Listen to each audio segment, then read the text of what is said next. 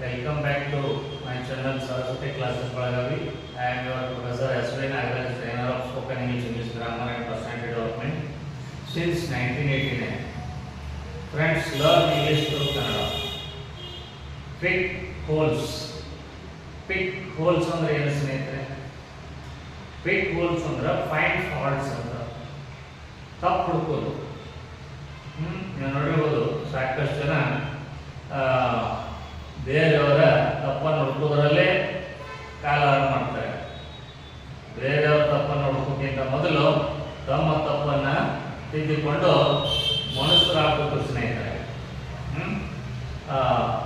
ಅದೇನೋ ಅಂತಾರಲ್ಲ, ತಮ್ಮ ಬೇರೆಯವರ ಅದರೊಳಗಿನ ನೊಣ ನೋಡೋಕ್ಕಿಂತ ಮೊದಲು ತಮ್ಮ ತಟ್ಟಿನೊಳಗಿಂದ ಕತ್ತಿ ಸತ್ತದನ್ನ ತಕ್ಕೋಬೇಕು ಅಂತೇಳಿ ಆ ಥರ ಅಂಥವ್ರಿಗೆ they are to pick holes ಅಂತಾರೆ ಸ್ನೇಹಿತರೆ.